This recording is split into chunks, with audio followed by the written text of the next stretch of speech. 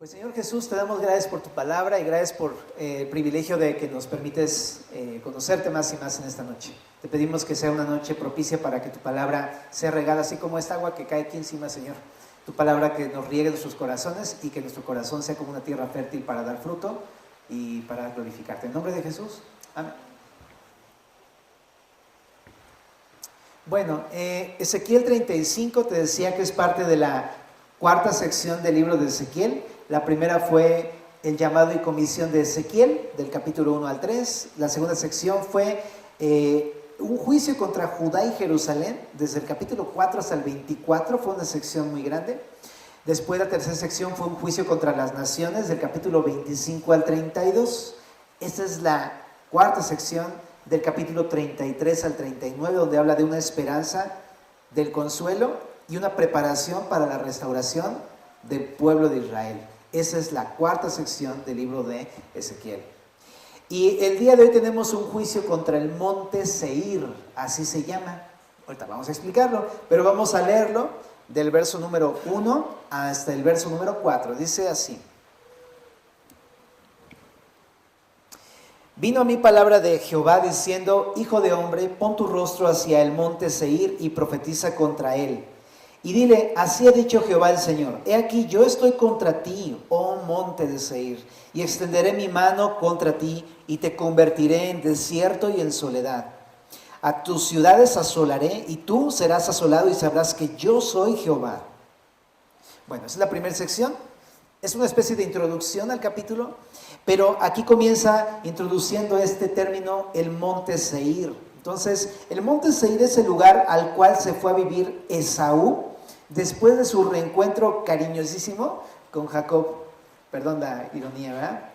Pero en el capítulo 36 de Génesis, en el verso número 6 al 8, dice: Y Esaú tomó sus mujeres, sus hijos y sus hijas y todas las personas de su casa y sus ganados y todas sus bestias y todo cuanto había adquirido en la tierra de Canaán, y se fue a otra tierra, separándose de Jacob su hermano, porque los bienes de ellos eran muchos y no podían habitar juntos, ni la tierra en donde moraban los podía sostener a causa de sus ganados. Y Esaú habitó en el monte Seir. Esaú es Edom. Entonces, para empezar, aquí narra cómo se reencontraron estos dos hermanos. Ahorita te cuento el chisme para que sepas por qué se reencontraron. Pero aquí es donde se reencuentran, pero a la vez se separan. Bien cariñosos, ¿verdad? Bueno, y ahí dice que Esaú se fue a vivir al monte Seir, y que después se llamó Edom, en honor a Esaú, pero es porque Edom significa, ¿te acuerdas qué significa? Rojo. ¿Por qué? Porque pues, Esaú era bien colorado, ¿verdad? Algunos piensan que era por el tono de su cabello o porque era muy güerito y se veía así todo coloradito. Entonces, por eso le llamaban así, ¿no? Rojo, Edom.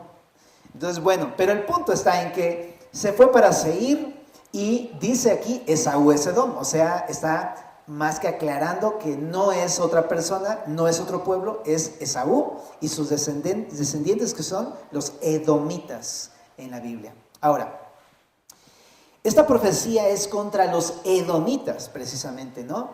Que fue hermano de Jacob. Entonces Esaú fue hermano de Jacob, pero aunque ya hablamos un poquito de esto en Ezequiel 25, porque hay una profecía contra Edom, también hay una profecía, es una parte complementaria a esta profecía aquí en el capítulo 35.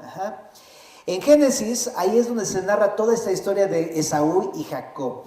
Narra un conflicto que tuvieron en este libro, ¿verdad? Jacob, ¿qué hizo? Se aprovechó de la necesidad de su hermano Esaú, que venía hambriento del camino, y sabes, ¿no? Llegaban así de: ¿qué onda? Pues dame de tu potaje rojo, ¿no? Y entonces, ¿qué hizo Jacob? Bien lindo, te decía, él se aprovechó, se las ingenió para, entre comillas, comprarle los derechos de primogénito a cambio de un potaje que él había preparado, por no decir que lo estafó. Más adelante le robó la bendición de su padre Isaac, disfrazándose de su hermano. ¿Te acuerdas de esa imagen donde se pone como un vestido peludo? Entonces, imagínate, ¿no? De entrada es como, no puede ser, ¿a poco así era Esaú? Pues sí, así era bien peludo. Pero entonces, ahora sí que su hermano era de pelos. Pero bueno, y entonces resulta que le roba la bendición de su padre Isaac ¿Y qué hace Esaú? En el capítulo 27 de Génesis dice que lo aborreció y quería matarlo. Vamos a echarle un ojito a esta situación. Está en Génesis 27, verso número 41. Dice: y aborreció Esaú a Jacob por la bendición con que su padre le había bendecido, y dijo, ¿en dónde? En su corazón. Ahorita tenlo ahí en la mesa. Dice: llegarán los días del luto de mi padre y yo mataré a mi hermano Jacob. Y fueron dichas a Rebeca las palabras de Esaú, su hijo mayor, y ella envió y llamó a Jacob, su hijo menor, y le dijo: he aquí Esaú tu hermano, se consuela acerca de ti con la idea de matarte. Ahora pues, hijo mío, obedece a mi voz, levántate y huye a casa de Labán, mi hermano, en Harán, y mora con él algunos días, 20 años, o sea, hello, hasta que el enojo de tu hermano se mitigue, hasta que se aplaque la ira de tu hermano contra ti y olvide lo que has hecho. Yo enviaré entonces y te traeré de allá. ¿Por qué seré privada de vosotros ambos en un día? Entonces, es la situación que pasó. Su mamá le dijo, pues ahora sí que cállate a la casa de tu tío, brother, porque tu hermano te quiere matar. Ajá. Unos poquitos días, te digo, nada más 20 años, ¿no? Entonces, así era el coraje y el enojo en el corazón de Esaú. Qué interesante, ¿no? Ahorita vamos a hablar acerca de esto, pero eso es lo que pasa, ¿no? Tú no lo ves por fuera, pero por dentro, uy, está que arde la cosa, ¿no? En el corazón suceden todas las cosas, ¿verdad? Entonces, Jacob huye a Padán Aram, a la casa de Betuel, ¿no? Y estuvo allí 20 años, se casó y ocurrió todo este drama entre la primera esposa que tuvo, pero no era la que quería, porque lo estafó Labán y le dio la mayor, porque allí no se daba la menor, dicen. Ahora sí que era el peor músico, ¿no? Porque pidió la menor y le dieron la mayor. Bueno, ok, pero entonces resulta que está todo este drama entre sus esposas, Lea y Raquel, en donde pues ya saben, hay un chorro de broncas porque me pertenece, es mi esposo y me ama a mí, sí, pero yo le doy hijos, y todo este asunto de lo que conlleva pues tener una relación de poligamia y todas esas cosas, y termina muy mal el asunto entre las dos mujeres. Pero bueno, los problemas ahí ocurren, y al final el Señor, fíjate que a pesar de todas las situaciones bien complicadas, usó estos 20 años en la casa de este hombre tan tranza que es Labán, para tratar en el corazón tranza de Jacob. Así sucedió. Ajá. Porque Jacob era un engañador, acaba de engañar a su hermano, pero se topó ahora sí que con una cucharadita de su propio chocolate, porque se topó con su Labán, ¿verdad? Pero Dios usó estas cosas para el beneficio de Jacob. Algo quería hacer en el corazón de Jacob. Ahora, después se le apareció Dios más adelante, cuando salió de ahí de la casa de su tío, en Génesis 31:13. Dice, Génesis 31:13, yo soy el Dios de Betel, donde tú ungiste la piedra y donde me hiciste un voto. Levántate ahora y sal de esta tierra y vuélvete a la tierra de tu nacimiento. O sea, le está diciendo, ok, ya pasaron 20 años, si mal no recuerdo, me habías hecho una promesa a mí de entregarme tu corazón y que yo fuera tu Dios. Porque yo ya hice lo que me dijiste, te cuidé, te traje con bien, ¿no? Te prosperé y tú me dijiste que yo iba a ser tu Dios. Así es que, pues ahora sí que salte de ahí y vete a la tierra de tu nacimiento. Entonces, qué interesante. ¿Por qué le dice esto? Porque antes ya le había hecho una promesa Jacob a Dios, que le decía, si me traes de vuelta a mi hogar con bien y me prosperas, tú vas a ser mi Dios. Entonces Dios le dice, pues ahora sí que ya rugiste, Leo, vámonos. Y se lo lleva de vuelta a su casa. Pero aquí había un pequeño detalle. En ese lugar vivía su brother, Mufasa. Entonces va para allá y regresa toda la historia, en donde ya llega Jacob y le va enviando regalos a su hermano para que, pues, aplacar la ira, ¿no?, de su hermano. y eso conllevaba eso, tenían que pedirle perdón. Dios trató 20 años con este hombre para que al final, de ser un hombre engañador, tranza, mala onda con su hermano, llegara a pedirle perdón al final. Y ahí va Jacob, bien obediente, y de regreso ahí.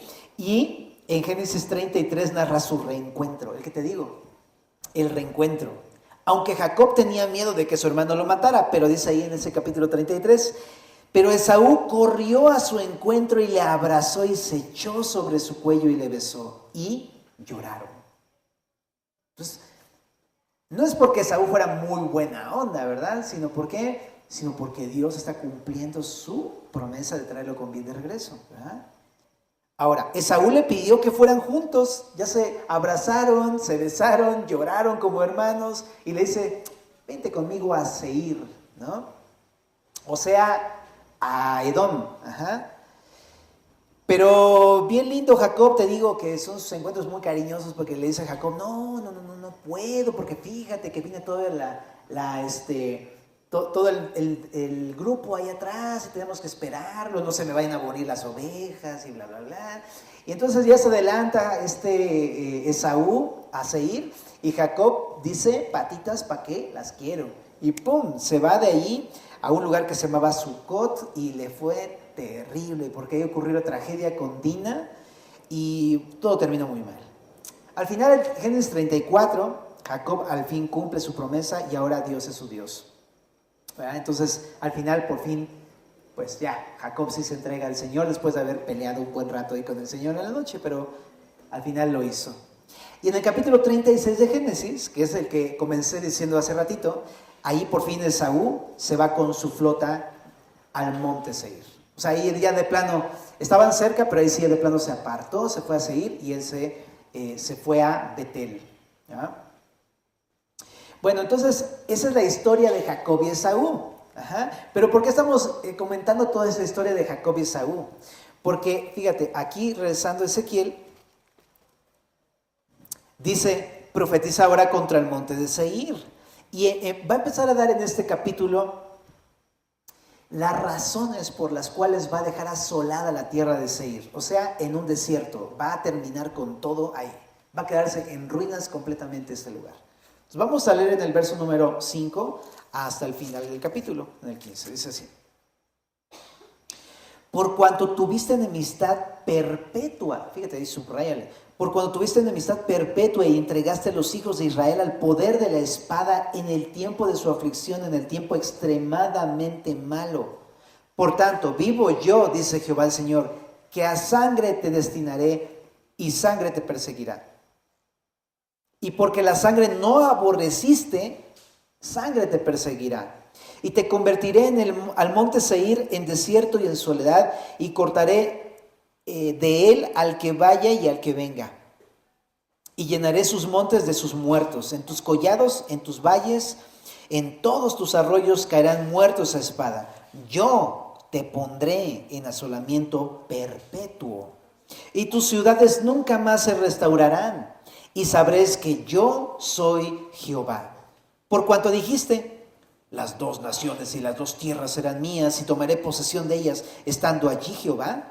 Por tanto vivo yo, dice Jehová el Señor, yo haré conforme a tu ira y conforme a tu celo con que procediste a causa de tus enemistades con ellos. Y seré conocido en ellos cuando te juzgue. Y sabrás que yo Jehová he oído todas tus injurias que proferiste contra los montes de Israel, diciendo, destruidos son, nos han sido dados para que los devoremos. Perdón por mi voz así de los caballeros del zodiaco, pero... Y os engrandecisteis contra mí con vuestra boca y multiplicasteis contra mí vuestras palabras. Yo lo oí. Así ha dicho Jehová el Señor, para que toda la tierra se regocije, yo te haré una desolación.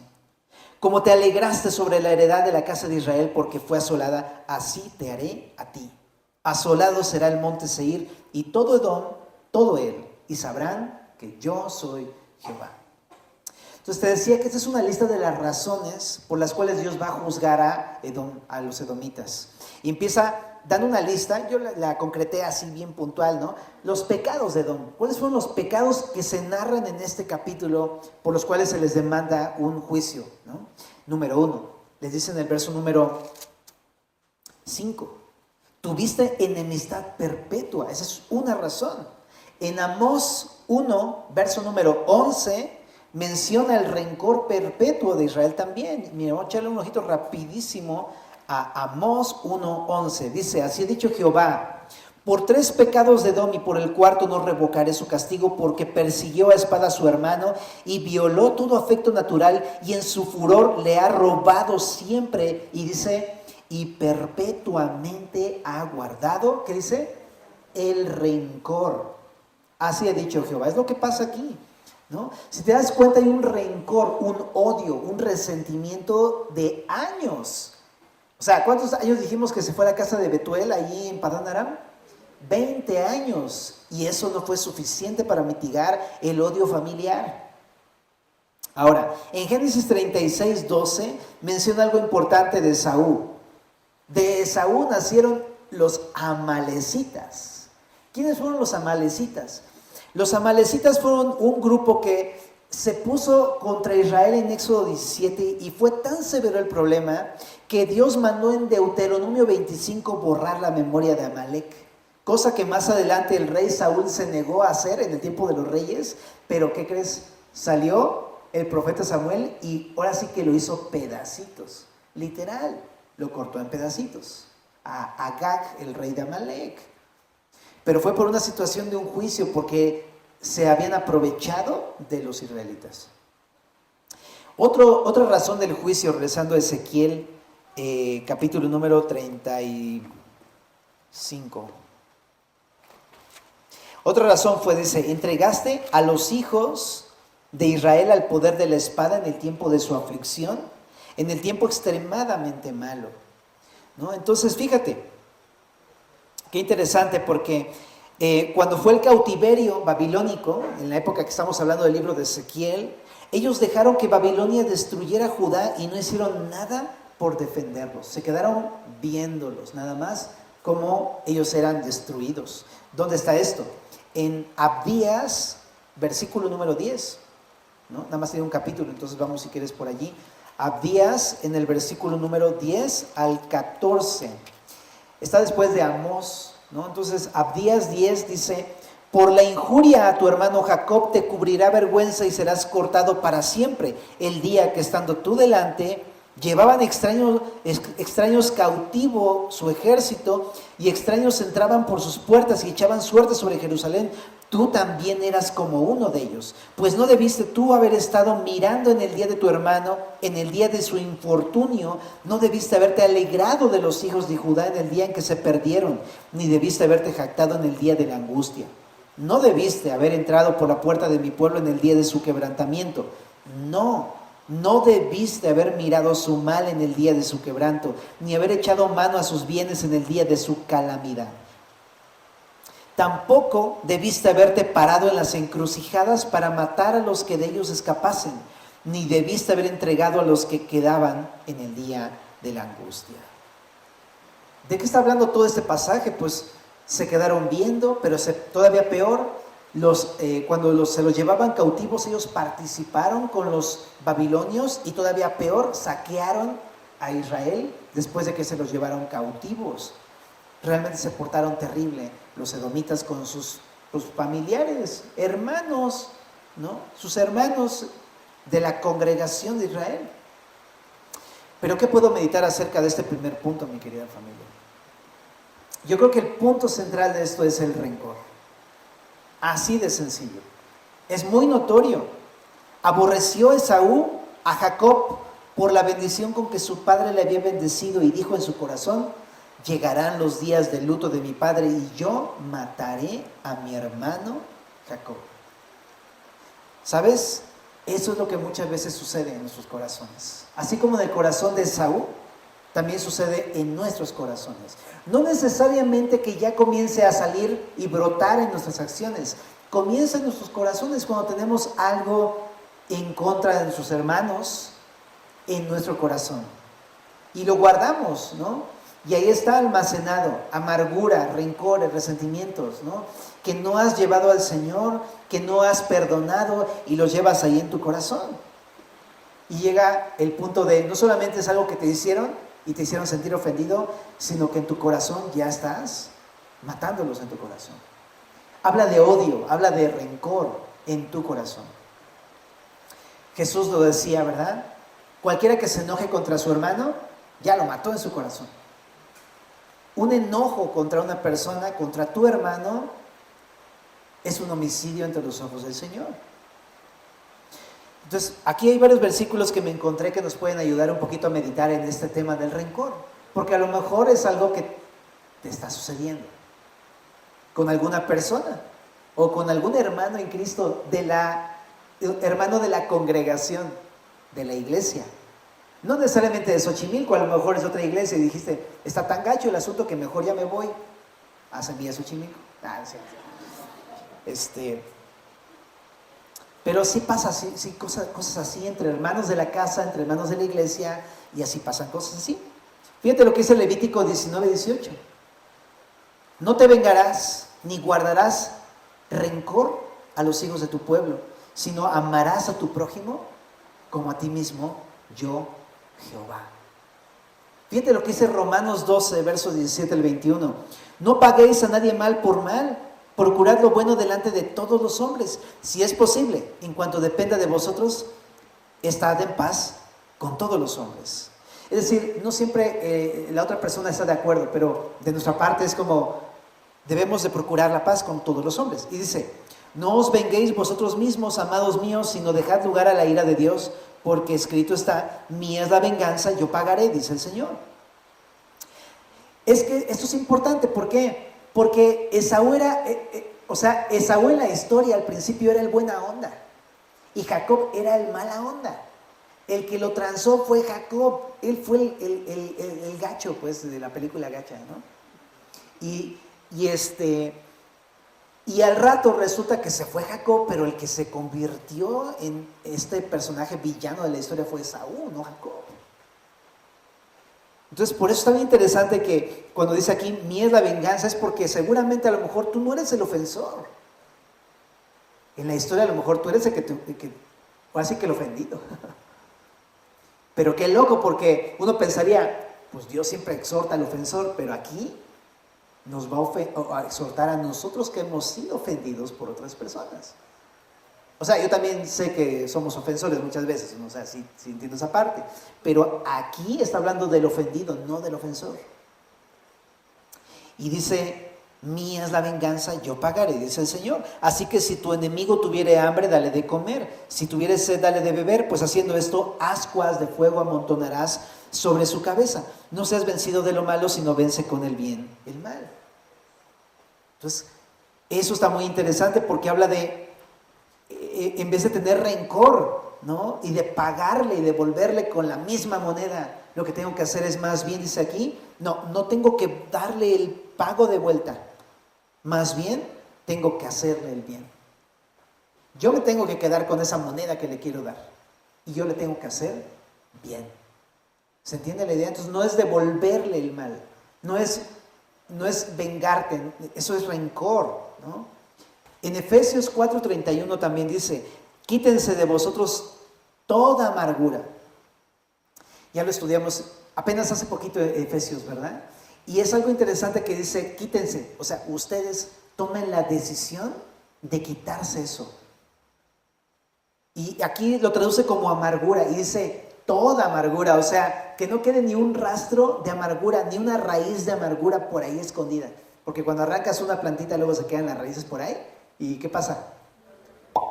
Otra vez. Yo tengo un pastito ahí en la casa. Entonces hace cuenta que empezó a salir maleza, ¿no? Entonces empezamos a arrancar la maleza, pero pues estaba chiquita, entonces nada más como que arrancabas las ramas, rápido, vámonos. No, bueno, ahorita ya hay como 60% de maleza y 40% de pasto, ¿no? Entonces ya fue. ¿Por qué? Porque no lo sacamos de raíz, ¿no? Estábamos pensando en eso, yo estaba pensando, pues es que sí. Si tú dejas un poco de amargura en tu vida, va a rebrotar. Y espérate, te va a dominar. O sea, esto no es que nada más salió una plantita, es que te va a invadir. O sea, ya fuiste. No podemos dejar raíces porque crecen y se multiplican. Y aquí dice, pero tú tienes que tomar la decisión de quitarte eso de tu corazón. Efesios lo dice, quítense. Y en esa sección de Efesios 4 lo pone como un cambio de vestimenta, un cambio de ropa. Te quitas la ropa vieja y te pones la ropa de Cristo. Y la ropa de Cristo es sin amargura. Por eso dice, quítate esa vestimenta. Y creo que está interesante pensar en esto porque la amargura es algo del viejo hombre. Si tú has creído en Cristo, no es algo que te pertenece el día de hoy, no es parte de tu nueva naturaleza, porque nuestra nueva naturaleza es como la de Cristo. ¿Y cómo es Cristo? ¿A poco Cristo guarda rencor? ¿A poco te ha guardado rencor Jesús por las cosas que has hecho hace 20 años atrás? ¿Verdad que no? Y entonces vestirme del ropaje de Cristo es precisamente decir, pues si mi Señor Jesús no me ha guardado ni una pizca de rencor, entonces Él quiere que yo me vista igual como Él.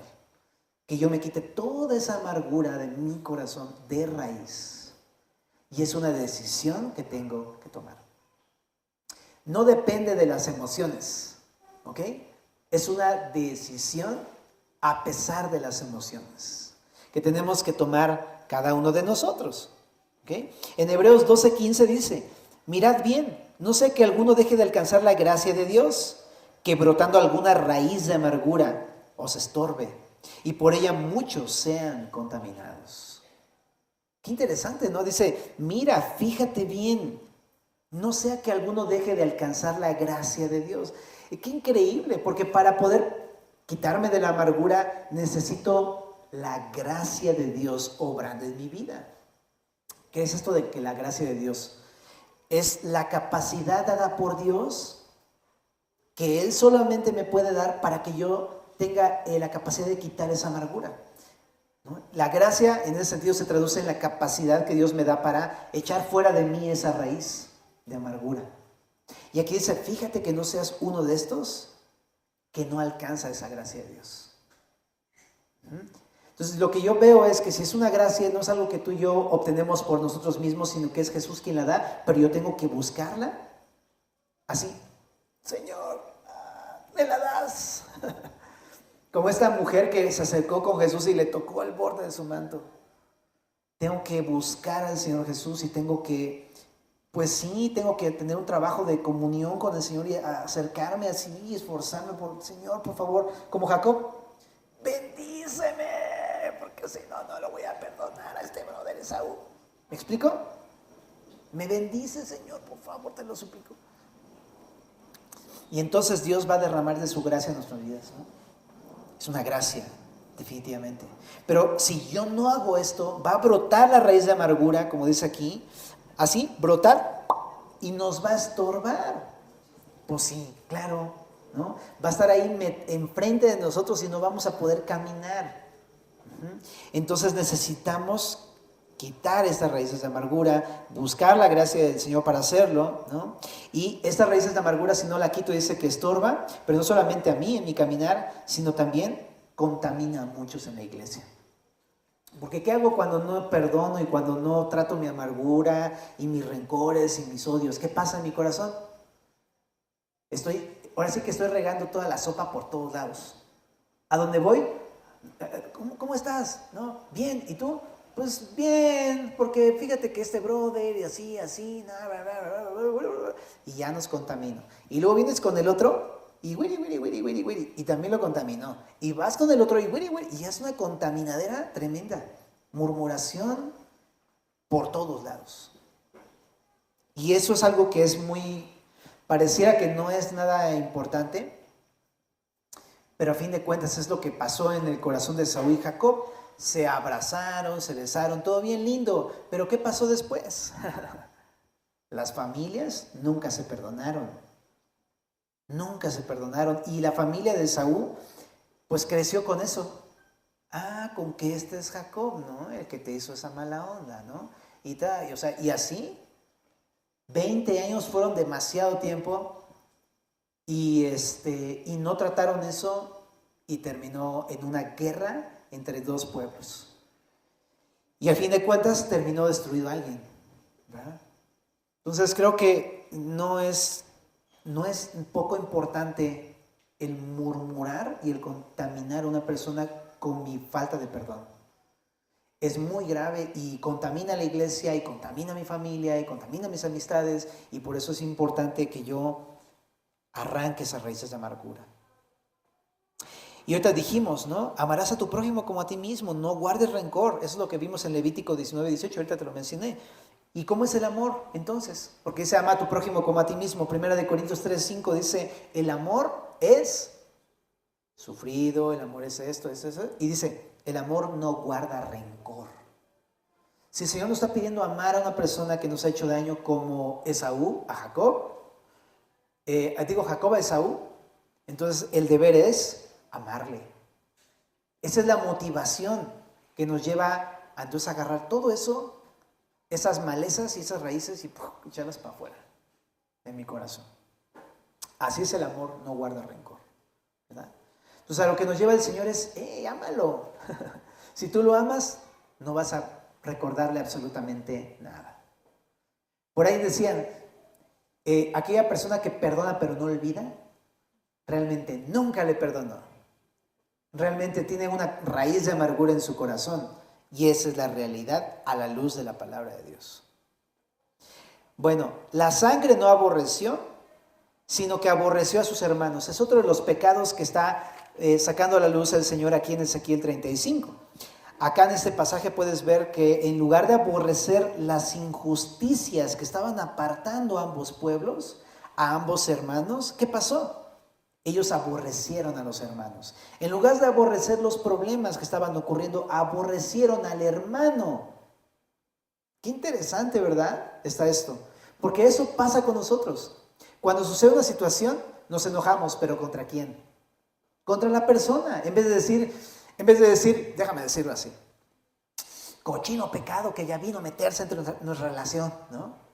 No digo eso, ¿qué digo? Ay, esta mujer, este marido y estos hijos, y ando así por todos lados, en vez de decir, es el pecado, o sea, qué coraje, ¿verdad? Y nos desenfocamos terriblemente, y eso es lo que sucedió aquí. Ahora, en vez de aborrecer esto, las injusticias e incluso las violencias que ya empezaban a desatarse entre las familias, ellos en vez de eso aborrecieron a los hermanos y empezaron a hacer violencia entre ellos.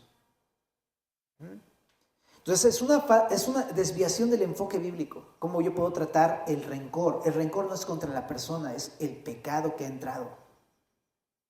Si yo lo entiendo de esa forma, entonces ¿qué voy a esforzarme por hacer? No voy a destruir a mi hermano, lo que voy a hacer es, voy a decir, el pecado, hay un problema por ahí en su corazón. Tengo que tratar eso, ayudarle a que vea eso. Igual, si yo no lo perdono, ¿por qué? Pues por mi pecado de dureza de corazón, entonces tengo que tratar algo ahí en mi corazón. Pero el problema no es mi hermano, que es así o asá, sino que yo no lo puedo perdonar porque me está costando trabajo, entonces tengo que tratar mi corazón con eso. ¿Y te das cuenta cómo eso evita todos los pleitos? Ahora, en Levítico 19:17... hay varias cosas que también nos habla acerca de odiar al hermano. Dice, no aborrecerás a tu hermano en tu corazón. Qué clara es la Biblia, ¿verdad? No aborrecerás a tu hermano en tu corazón. La palabra aborrecer significa odiar, pero también significa, ¿sabes qué? Amar menos. Y eso duele. Porque a veces decimos, yo no lo odio, nada más no le hablo. ¿No? Nada más no es mi preferido. Bueno, pues entonces eso significa que lo aborreces. Ahora dice, no aborrecerás a tu hermano ¿en dónde? En tu corazón. Y eso solamente lo conoces tú y lo conozco yo, ¿verdad? Mi propio corazón.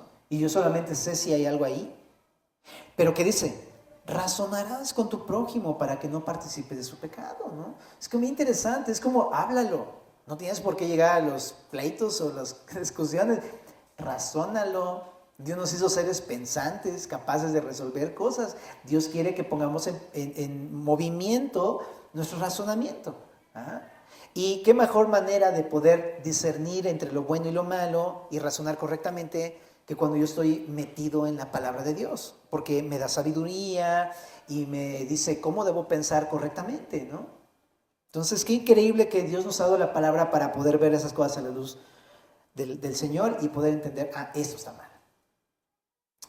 En Efesios 4:31, regresando a ese pasaje, vamos a ir varias veces ahí, dice, quítense de vosotros toda amargura, ya lo dijimos, pero también dice, todo enojo, toda ira, ¿no? Entonces, ahí vienen estas dos cosas, ¿no?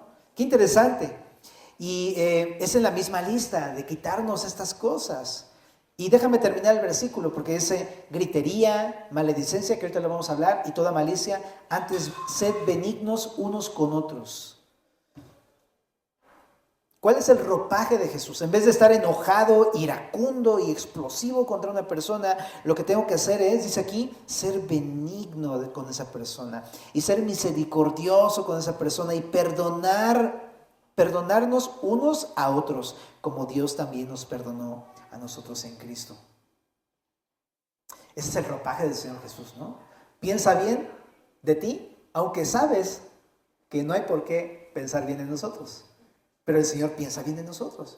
Y nos hace bien a pesar de que tú sabes que no debería tratarnos con bondad. Y así es el Señor Jesús. ¿Por qué no yo? ¿Por qué no me pondría yo ese ropaje si es mi nueva naturaleza? Ajá. Entonces a eso nos anima el Señor a decir, sí es cierto, ya soy otra persona, tengo que ponerme este ropaje de Jesús. Pero es que yo, pues sí, yo tengo el otro ropaje, pero por eso tengo que quitarme el otro y ponerme este, ¿no? Y dice, perdonándonos.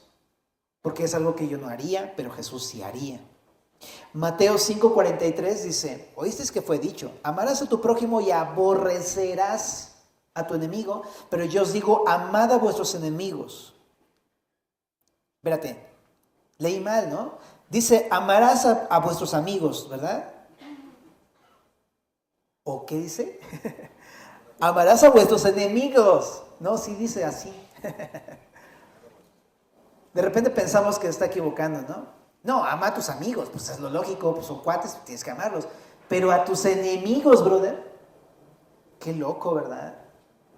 Qué increíble que el Señor nos está llamando a tener una actitud completamente diferente, ¿no? En vez de odiar, pero es que uno dice, es que me hizo daño. Por eso, ama a tus enemigos. Aunque te haya hecho daño, amad a vuestros enemigos, bendecid a los que os maldicen, haced bien a los que os aborrecen, orad por los que los ultrajan y persiguen.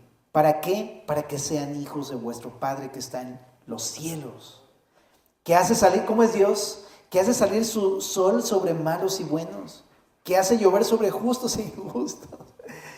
¡Wow! No inventes, ¿qué clase de Dios tenemos? Por una parte, cuando yo me pongo en el lugar de juez, digo, no, ¿qué le voy a hacer bien? ¿No? Se merece las tinieblas y se merece oscuridad, ¿no?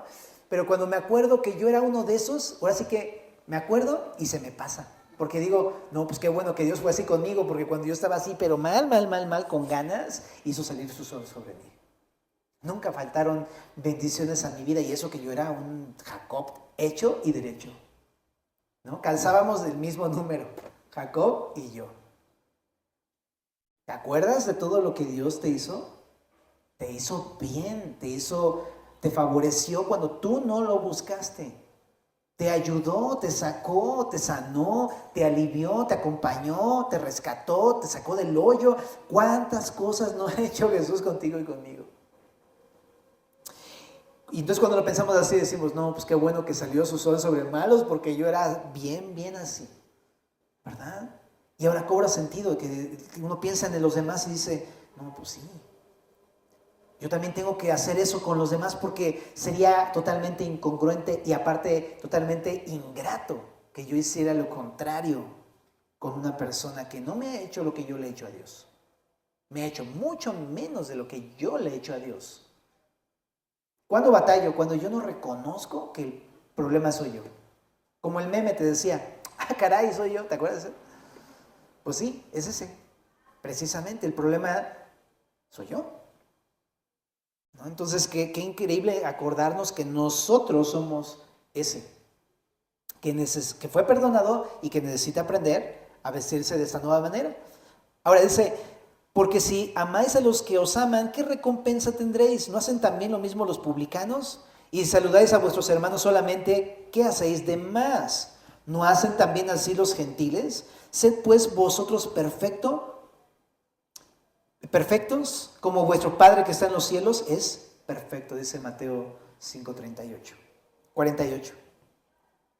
Primera de Corintios, capítulo 13, verso 4 al 8, dice, el amor es sufrido, el amor es benigno, El amor no tiene envidia, el amor no es jactancioso, no se envanece, no hace nada indebido, no busca lo suyo, no se irrita, no guarda rencor, no se goza de la injusticia, mas se goza de la verdad. Todo lo sufre, todo lo cree, todo lo espera, todo lo soporta. El amor nunca deja de ser. Entonces, en vez de aborrecer, lo que nos está llamando es a amar. Y eso conlleva sufrir, el agravio, ¿verdad? Aguantar el hecho de que otros no te hagan bien. Sufrir, no jactarte, no envanecerte, o sea, enorgullecerte, etcétera, ¿no? Y no irritarte, todo eso que estamos viendo aquí, ¿no? Pero bueno, continuamos con Ezequiel. En Ezequiel hay otra razón del juicio. Codiciaron la tierra de Israel en el verso número 10. Dice, las 2 naciones y las 2 tierras serán mías. O sea, los edomitas tuvieron muchos conflictos con Israel. ¿Por qué? ¿Cuál fue el motivo? El motivo es que querían lo que tenía su hermano Israel. O sea, el origen de toda esta bronca fue, quiero su tierra, quiero sus bienes, quiero todo lo que tiene él, lo quiero para mí. Así que cuando fue el problema del cautiverio, despojaron la ciudad en el momento de mayor dolor. Abdías, verso 13, ya lo leímos, ¿verdad? Al final, los hijos de Saúl les pagaron con la misma moneda a los israelitas. Les quitaron lo que no era suyo. Qué loco, porque en un principio eso fue lo que hizo Jacob con Esaú. ¿Te das cuenta? Le quitó su bendición. Y ahora el pueblo completo le quitó todo lo que era de Israel. Eso es venganza, ¿estás de acuerdo? Eso es lo que sucede, ¿no? Venganza en su corazón. Por eso aquí hay también 3 versículos que te quiero decir para que los anotes. Santiago 4 nos habla acerca de esto.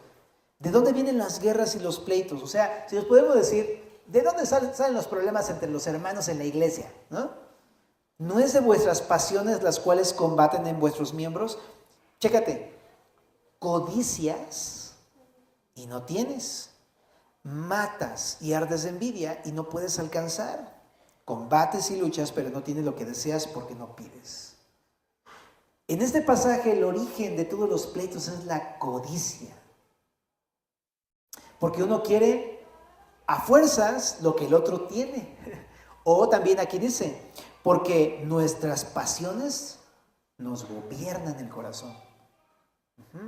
O sea, no es que esté mal tener indignación por algo malo que te hicieron, pero el problema es que cuando esa pasión te lleva a hacer cosas indebidas, como golpear, insultar, malpensar o decir groserías o cosas, en ese momento me gobernó mi pasión y en ese momento empiezan las guerras y los pleitos entre nosotros. ¿No? Ahí es donde empieza todo en el corazón y todo mucho es por codicia, porque él tiene algo que yo quiero, ¿no? Me lo quitó, o sea, ¿cómo me voy a dejar? Era mío, era mi bendición, ¿qué le pasa? Mi derecho. Entonces no nos dejamos, no cedemos, nos aferramos a nuestros derechos, nos aferramos a nuestra situación y no permitimos que el Señor obre, ¿no?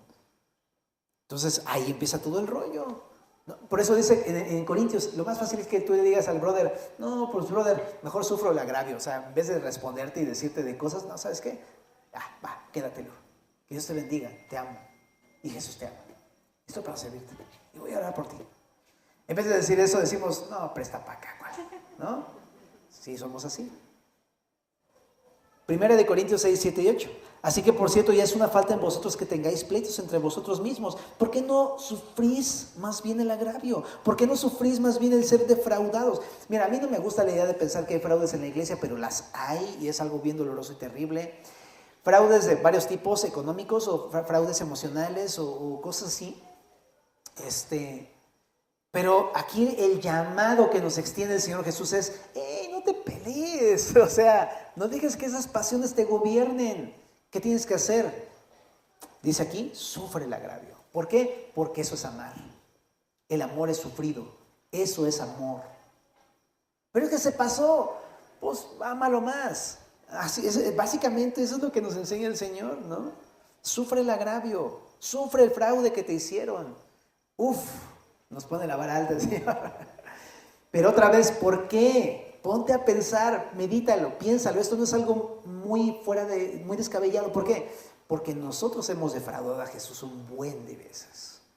¿En qué? A ver, si es cierto que le das todos tus diezmos y ofrendas, ¿a poco sí lo reconoces en toditito lo que recibes? Luego es donde dices, no, la verdad, luego no, me quedo todo eso para mí y solamente para mí, ¿no? Pero espérate, en lo económico, defraudar al Señor, ¿cuántas veces le hemos sido infieles al Señor? Lo hemos defraudado en que nos pide obediencia y respuesta voluntaria y aparte así con todo nuestro corazón, y no, lo defraudamos amando otras cosas en vez de amarlo a Él, ¿no? ¿Y cuántos agravios ha sufrido el Señor por nosotros? ¿Verdad? Cuando lo pensamos decimos, sí, pues sí, ahí en la cruz murió, ahí está. ¿Qué no va a sufrir el agravio? A Él abofetearon. Hace poquito, pues estaba meditando en esto, ¿no? Porque luego de repente te dan coraje las injusticias y esto, ¿no? No está mal sentir coraje, lo malo es responder de una manera pecaminosa ante eso, ¿no? Pero el punto es que yo estaba así de, y de pronto estábamos meditando en ese pasaje y estaba pensando, híjole, o sea, ¿cómo es posible? Esto que están pasando en esa situación, se lo hicieron a Jesús también. A Jesús lo abofetearon y lo más sorprendente no es que hayan abofeteado a Jesús, sino que Jesús no los consumió.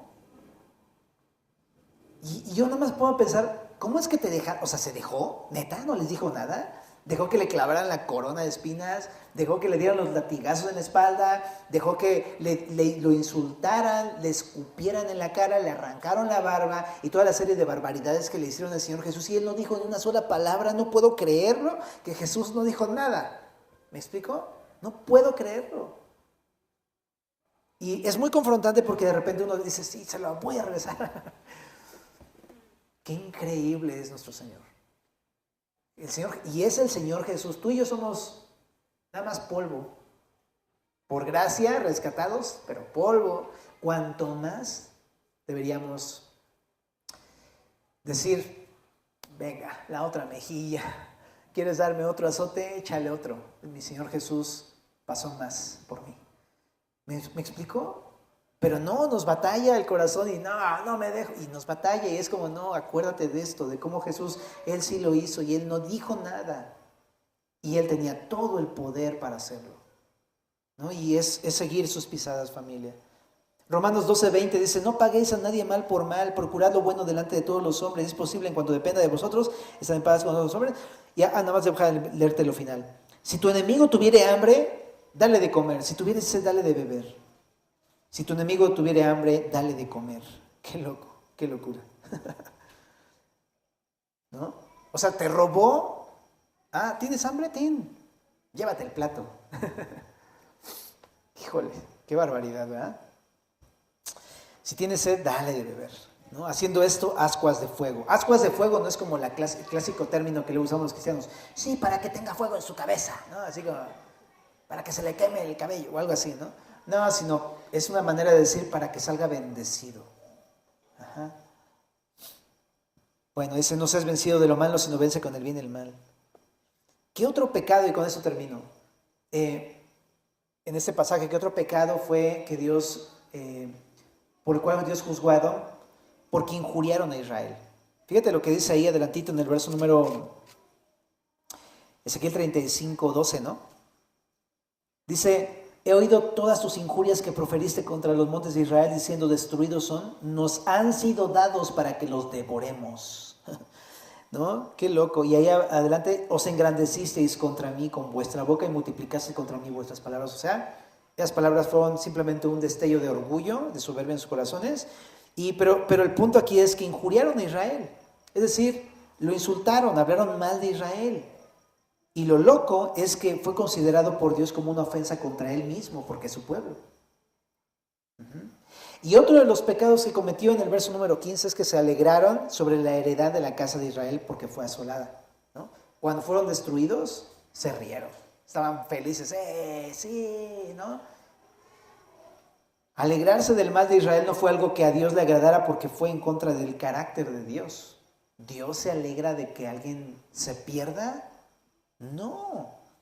Lo hemos leído en Ezequiel 33:11. Dice, vivo yo, dice Jehová el Señor, que no quiero la muerte del impío, sino que se vuelva el impío de su camino y que viva. Volveos de vuestros malos caminos, ¿por qué moriréis, oh casa de Israel? Dios nunca desea la destrucción ni el mal de nadie. Cuando nosotros hacemos esto va en contra del carácter de Dios, ¿no? Y primera de Pedro 3:8, fíjate, finalmente sed todos de un mismo sentir, compasivos, amándonos fraternalmente, misericordiosos, amigables, no devolviendo mal por mal, ni maldición por maldición. Aquí está mi punto.